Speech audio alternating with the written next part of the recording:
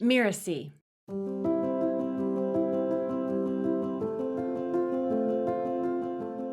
So it's worthwhile when you're looking at a new business model as a new form of technology, basically. What are the downsides of this?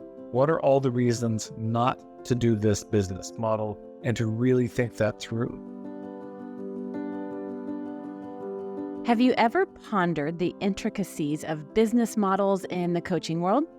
That's precisely the rich terrain that we're looking into in today's topic with a very special guest, someone who's long navigated the diverse landscapes of ethical marketing and conscious entrepreneurship.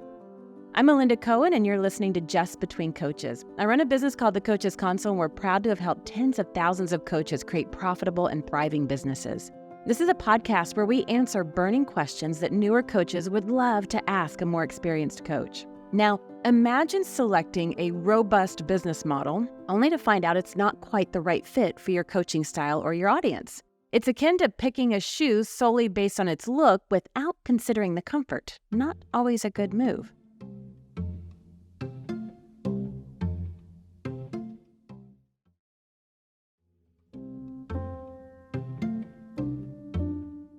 And today, I'm thrilled to have invited Tad Hargave, the force behind Marketing for Hippies. He's the author of 16 books and workbooks on marketing. One of his clients even said, Tad is to marketing what Steve Jobs was to Apple. And together, he and I will untangle the nuances of various business models, understanding their strengths and discerning where they might fall short. Welcome, Tad. Thank you so much. Really good to be here with you. I'm excited to have you on the show. I always love the conversations that we get into. And before we dive into the topic, would you just share a little bit of your background with our listeners? Yeah, sure. When I was 18, I worked for a franchise of a leadership development company where I learned a lot about marketing and sales. And some of it was good, and some of it was the pushy, aggressive, hard close material. And I had grown up a hippie, went to Waldorf school and all of this. And then I'd gotten into this whole world of business and pushy sales techniques. And I really had to step back for a bit. Went to all the anarchist protests against the IMF and the World Bank. And finally, I just saw how many of my friends needed help with marketing. And I knew something. I knew enough to know that their ideas weren't very good. And spent the next decade, after the little anarchist break, spent the next decade really reflecting on and learning about how to make marketing more ethical, and began to see how often we feel like we have to choose.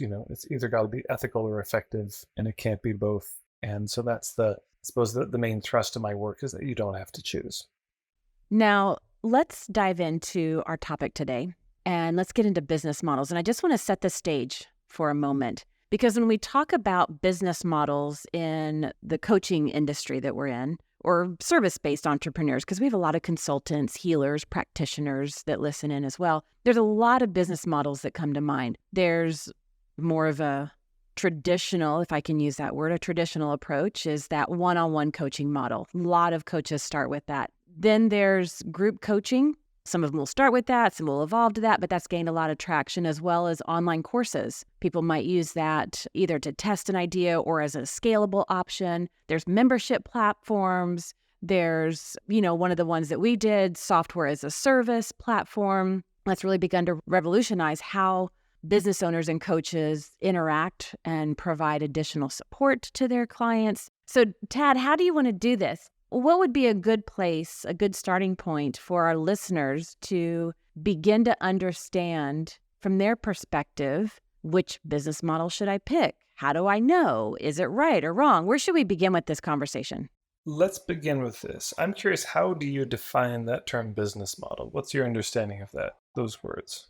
I look at it from a couple different perspectives. One way that I define it is from a customer journey experience. What's the flow that if somebody is struggling with a challenge and they come to me for transformation, for a solution, for specific outcomes, what's the journey that they're going to experience with me? And when I mean journey, it could be with free content or free trainings that they receive from me, to entry-level programs to more intricate programs or offers to high-level offers. So, what's that path that somebody would follow so that they can get those outcomes that I'm able to support people with? So I look at it from the customer perspective. And then I also look at it, where do I generate my revenue? Like from a business perspective, what are my revenue sources? And understanding that gives me insight into what my business model is. How do you define it? Well, I like Mark Silver's definition. Mark Silver defines business model as just how does money enter into your business? And I would also add, and stay in your business. Of course, if we're talking about nonprofit or just a passion project, the structure is going to be different. But when we're talking about business, of course, money is the thing there. So how does money enter and stay in your business? I think your point is well placed. There's two sides to a business model. The other way I might look at business model is it's the structure. It's the architecture of your business. And just like a house, well, a house has an external side to it and an internal side to it.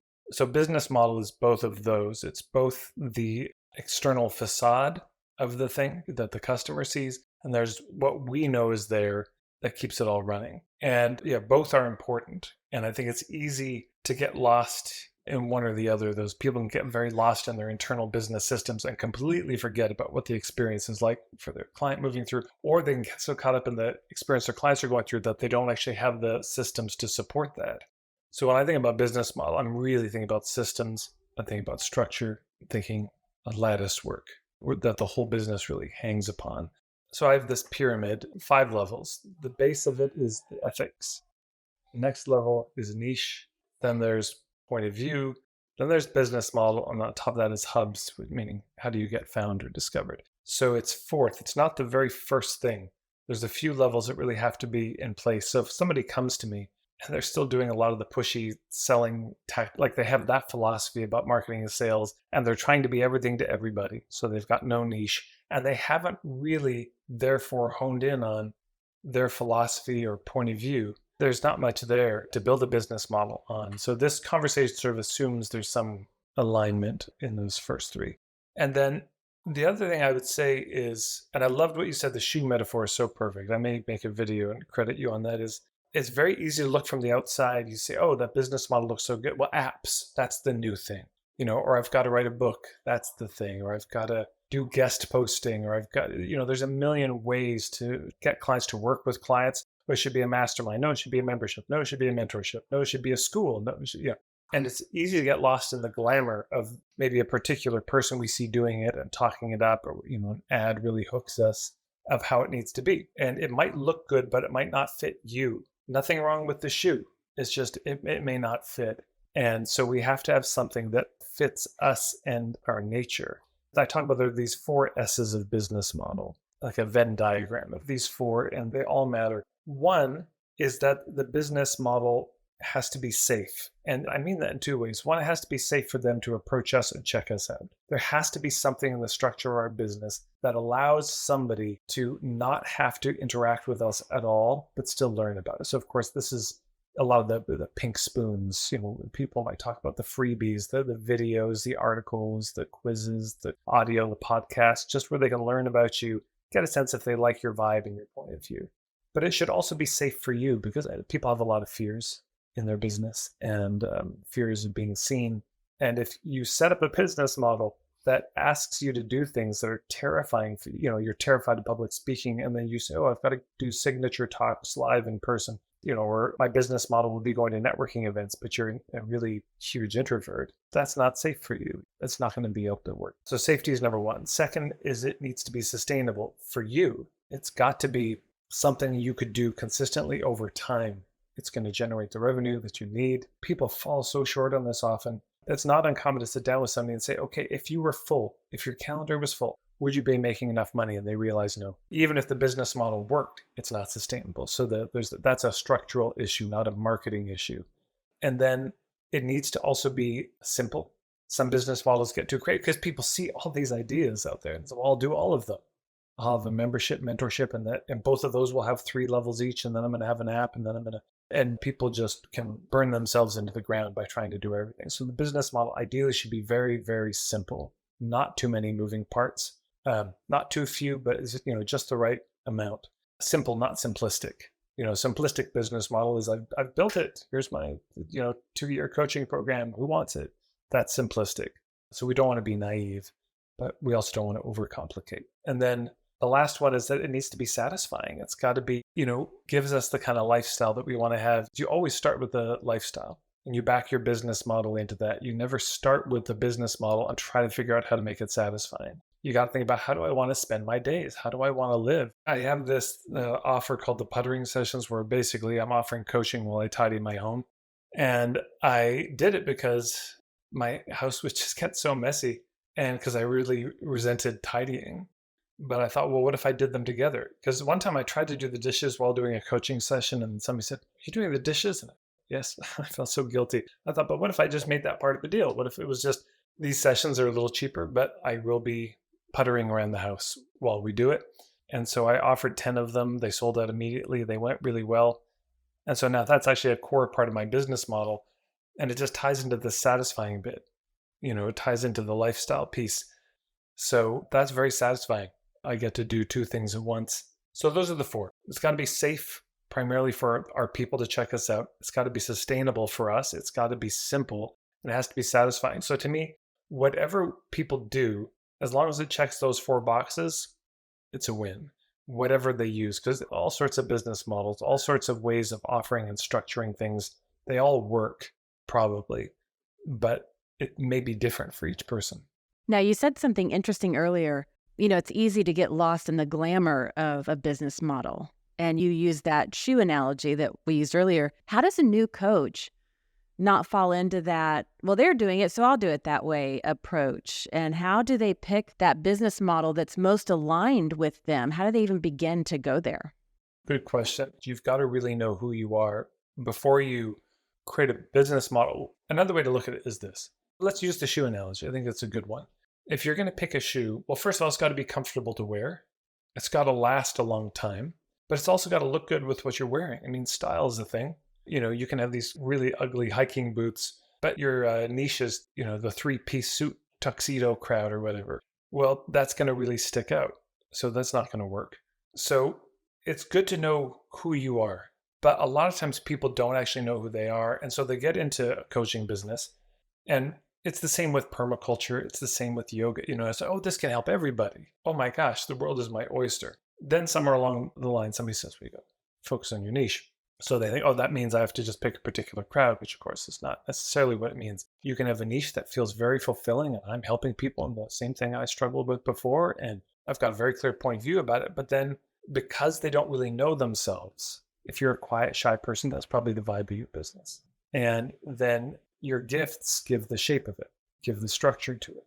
So sometimes people don't know what their nature is. They don't know what their gifts are, and a few other things about them. For example, I used to lead summer camps, youth environmental and social justice summer camps, which was a lot of holding space for people to share and just listen. And I'm not very good at that. I just the holding space. I got better at it, but I just wanted to talk.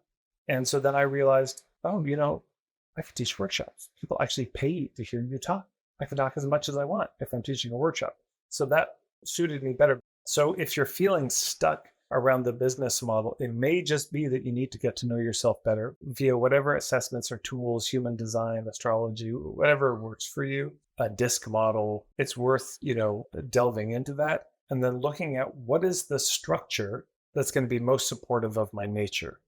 I'm thinking about when I first got started, before even the Coach's Console, and started my own coaching practice. I started with the one-on-one because of my introverted nature. Exactly what you said a moment ago. I'm really good at holding space. I can do that really well for one person, even though I feel like I'm new in my coaching skills, even though they're inherent, I still feel wobbly using them in this particular way. And so that gave me the most confidence in the midst of my uncertainties. And so while things were weird and wobbly and awkward and new, I didn't hesitate to put myself out there because it was aligned. Then over time, my business model evolved. Once I got comfortable with that, once I honed in my coaching skills and I consistently working with client after client, result after result, success story after success story, I was like, wow, I found my stride. This is awesome. how can I help more people? And then from there, my business model evolved. So once you pick a business model, doesn't mean that's going to be that's it forever and then you're done. Like over time, it may stay that way. I know another coach that I used to work with, she's been doing one-on-one coaching. I mean, my gosh, she had been in business for 4 or 5 years when I worked with her, and that was 19 years ago.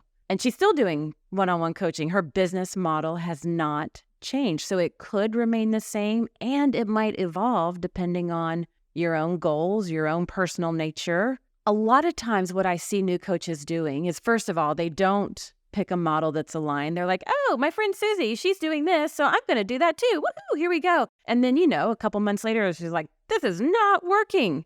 How does a coach know they maybe picked the wrong business model or one that's not effective for them? Maybe it's a good shoe for her friend, but it's the wrong fit for her. How much time should they give it before they learn from that and move forward without feeling like they failed or without that feeling of giving up?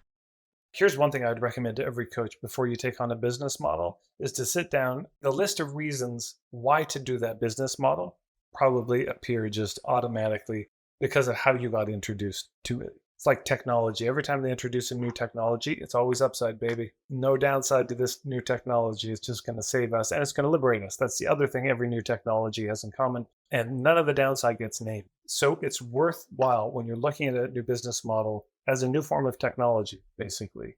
What are the downsides of this? What are all the reasons not to do this business model? And to really think that through. And number 2, to talk to other people who are doing that same business model and ask them candidly, what are the reasons to do this? What are the reasons not to do this? What are the reasons that this is a really bad idea? Anything else that coaches should consider? Because one of the things that I know is that coaches, they'll give something a try and then they're so quick to give up on it. And like, oh, it didn't work. And next thing they know, they've tried 5 or 6 different things, but they never really tried anything thoroughly. They never tested, vetted, piloted, allowed enough time for feedback, true insight, course correction. So how does a coach know how to navigate that with their business model? I think if you're a new coach, you're approaching a business model. Very first thing, just make sure you really know yourself, whatever format that is. Number 2, really think through the potential downsides of this new approach, this new business model. Number 3, talk to other coaches who are currently using that business model and ideally have for a while. Ask them, what do they see as the upsides, downsides, potential consequences of that business model. And then number 4, just building on what you're saying, beta test it. And don't promise that this is your new business model forever, but you can reach out to people and say, hey, I'm trying something new for the next week, month, quarter, year, whatever it is, and let yourself just test it out to see. Try a small version of it to see if it feels aligned. Then if it's not working, then it's really critical to know why it's not working. Because what people do, as you're saying, there's this kind of reactivity of, well, it's not working, so let's just throw it out. We'll start again. It's a failure. Maybe, but maybe what's happening with an offer, for example, is you did not reach enough people. It's just you didn't get attention of enough people just based on the numbers. You sent out an email to how many people? 12 people. How many people do you need in your program? 50. Okay, there's the problem. We start there. But then it might be that you didn't filter well enough, like the relevance was not established, the copywriting issue and niching issue. It could be that, no, it's very clear who it's for and what the problem is, and you've really nailed the target market, but the credibility isn't there. They don't trust you enough to actually join in. And it could be the value piece too. It might be, well, no, it's you nailed the relevance, they really trust you, but when they look at the offer, it just seems like the price is way too high. It doesn't seem like a good enough deal. And you could have all of that, and it might just be that the risk is too high. It's like, I see the value, but my God, if this goes wrong, the risk isn't addressed or handled. So if that's, you got to know where the breaking point is in this. If you have an offer and it doesn't work, just ask people why. If it really bombs and you're confused and you really don't understand why, email your list and say, I put up this offer. I think it's such a good offer. There's no response. Is it timing? Is it confusing? Does the price seem too high? Would you please let me know? I'd love your feedback. Get the feedback. Understand why the business model isn't working. There's a difference between, I don't like doing this thing. I'm realizing I don't like public speaking. I mean, if you realize it's just, I hate doing this thing, there's 2 different paths you can take. One is you could just stop doing it. But the other is it's worth lingering before you go down that road and say, is it that I don't like this thing, or is it just the way I'm doing it that I don't like? People say, I hate networking. Well, do you hate networking, or do you hate the way you've been taught to do it?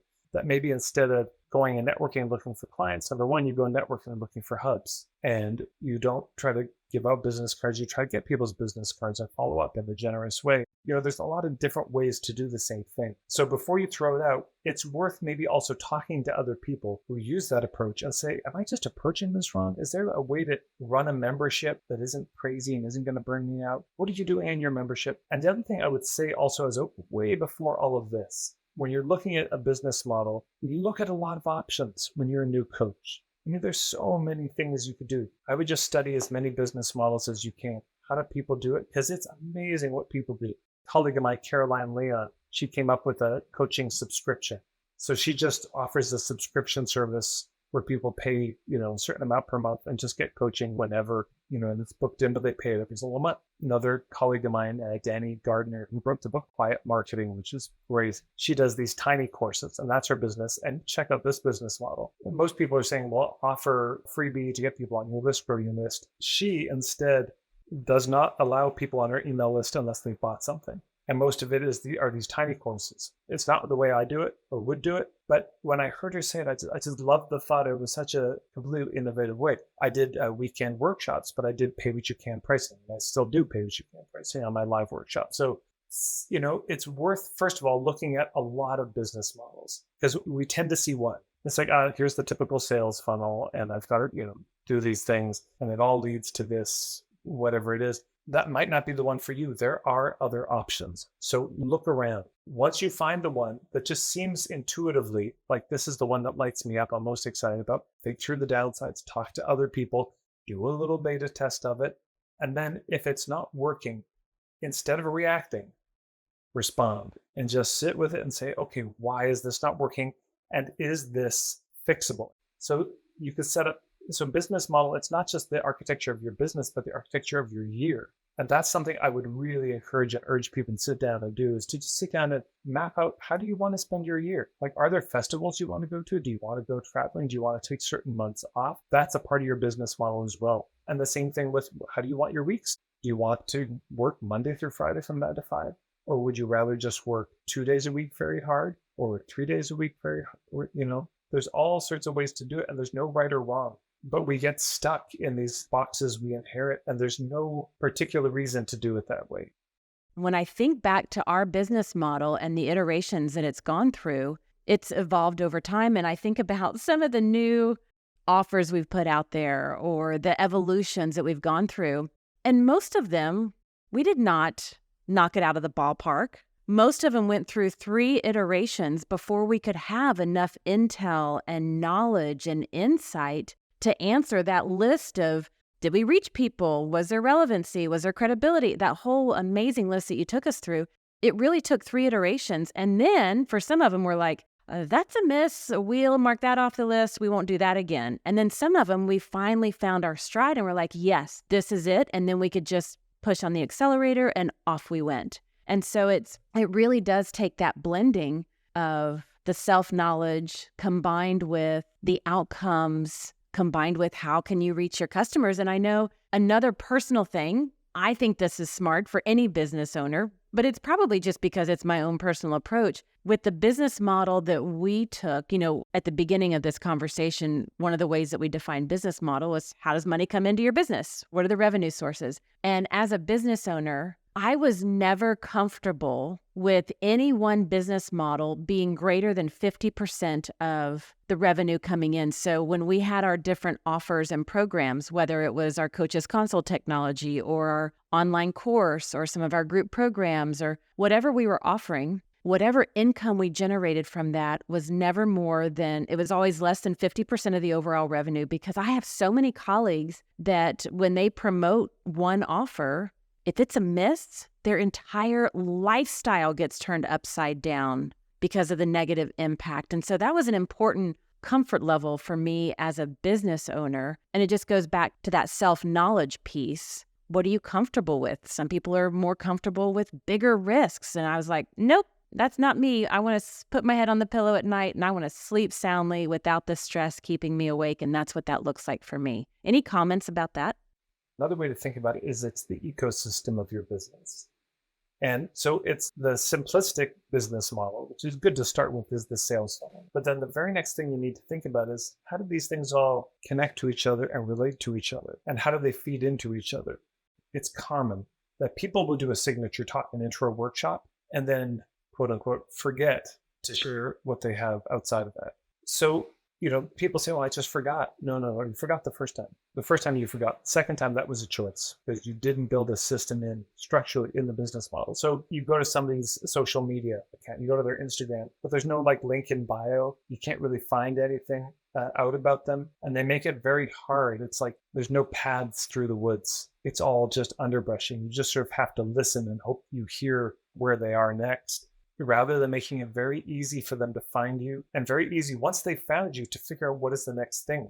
I mean, I've gotten to so many websites where I can't figure out how to work with them or what they do. Usually you got to connect everything to everything. Another thing that I see a lot of new coaches is that they're in this getting started to get started, and they're doing that, getting ready to get ready for 1 or 2 years because they are believing they have to have the entire ecosystem before they flip the switch and really go for it. And there might be situations, there probably are, where that is appropriate and okay. And more times than not, it's an evolution that happens. It doesn't have to all be built necessarily right from the get-go. Impossible too. I mean, and unwise, because if you're going to try to start with a robust ecosystem like that, you just don't know how to maintain it. It would be as if somebody said, hey, I have this flower garden. It's 35 acres. It's taken me 50 years of my life to build. I'm going away for the weekend. Could you take care of it? You have no idea how to take care of that. You have no idea. Start very, very simple. And then you start with the thing that's going to be most exciting for you to do. So maybe that's, I'm going to do a lot of talks. Maybe I'm just going to give a lot of free, one-on-one sessions out, kind of learn as I go. Maybe I'm going to attend the best networking. Maybe I'm going to the festival. Whatever. There's a lot of ways to do it. But yeah, you start with something very simple that you can do. And also, it should be said, is a lot of people jump into the business hoping it's going to, it's just like they leave their job too soon, basically. There's, let's say, 4 stages of business. I got this from Mark Silver. He got it from somewhere else. But, stage 1 is the creation phase. And your business is like a little sapling. It's just coming out of the earth. It's so green. And you can't hang anything on that yet. It doesn't even have really the woody growth around it. And at that point, you're changing a lot. You're experimenting. You're trying a lot of things. And you're growing very fast. And the ideas are coming fast and furious. And you're not sure even what you're going to look like because you look so different. And at that point, so you can't hang anything on it. You cannot sustain yourself. This is the experimentation time. This is where you have a full-time job or at least a part-time job, or you're living on savings, or your spouse is supporting you, but the business is not supporting you. Stage 2 is this kind of concentration phase. The concentration is where now you're starting to think about your niche, starting to think about your business model. You don't have to totally dial it, but you're moving in that direction. And now your cash flow is up and down, up and down, as a real roller coaster, because while you're working with clients that you finally got, you don't have time to do the marketing. So then it dries up. And then, I got to market. So you work on the marketing, but now you don't have time to work with clients because you're so busy. And it's like this. But you might have some part-time help, maybe one person part-time, and that's it. Stage 3, momentum.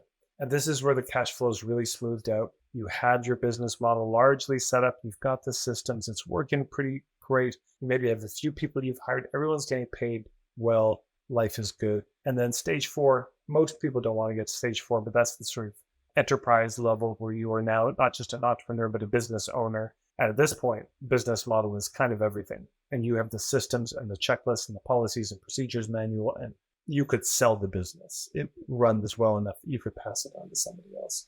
And so it's one thing is it usually takes about 3 years to get from stage 1 to 3. Well, 3 years with real focus and probably getting some help, but it's still about 3 years. It takes some time. So to expect to get to that phase of momentum and groove in the first year is madness. And a lot of people, I see it, they leave their job and then they put all this burden on it. And, at stage 2, you can have a hammock.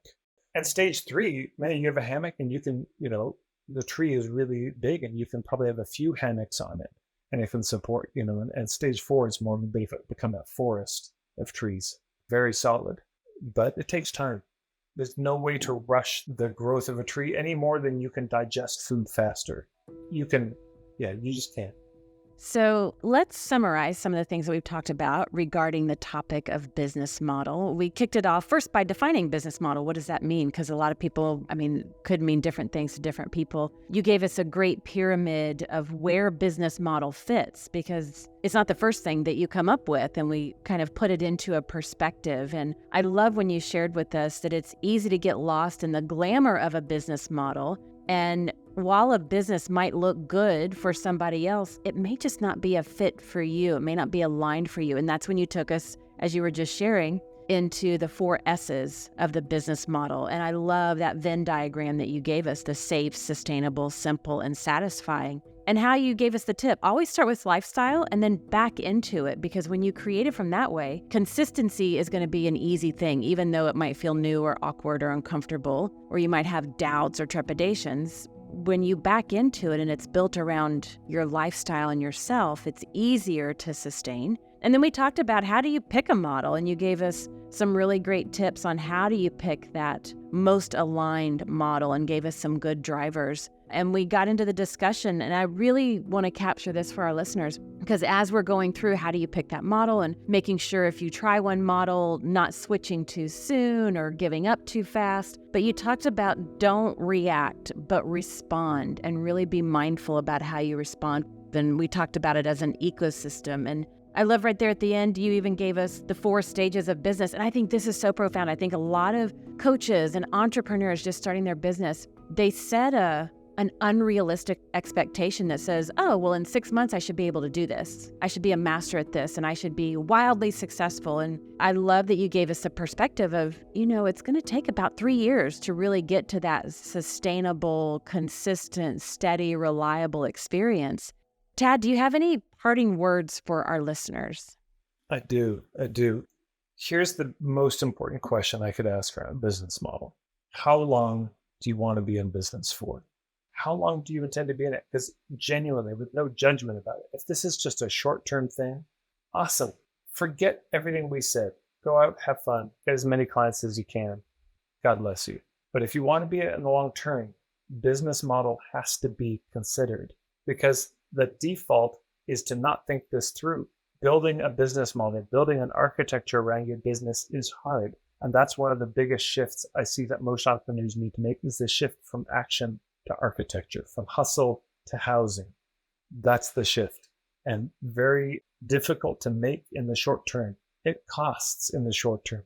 The budgets always run over. You think you're going to get things done in a certain period of time, and you don't. It's always going to take longer, and it's going to cost more, and it's going to be a bigger hassle, but you will have it in the end if you keep persisting. So how long do you want to be in business? That's the parting question that people consider. Beautiful. Thank you for listening to this episode of Just Between Coaches, and also a big thank you to Tad for this incredible conversation. You can find out more about him at marketingforhippies.com/steps. That's marketingforhippies.com/steps, plural. And specifically, when you get there, go to fundamental number 4 on that page. That's where you're going to find a lot of great resources specific to the topic of business model that we've been talking about today. Tad, thank you so much for coming to the show. Thanks for having me. I'm Melinda Cohan, and you've been listening to Just Between Coaches. Just Between Coaches is part of the Mirasee FM podcast network, which also includes such shows as Blowing Up and Making It. Michi Lantz produced this episode. I wrote this episode together with her, and Cynthia Lamb is our supervising producer, and Danny Inney is our executive producer. To catch the great episodes on Just Between Coaches, please follow us on Mirasee FM's YouTube channel or your favorite podcast player. And if you enjoyed the show, please leave us a comment or a starred review. It's the best way to help us get these ideas to more people. Thank you, and see you next time.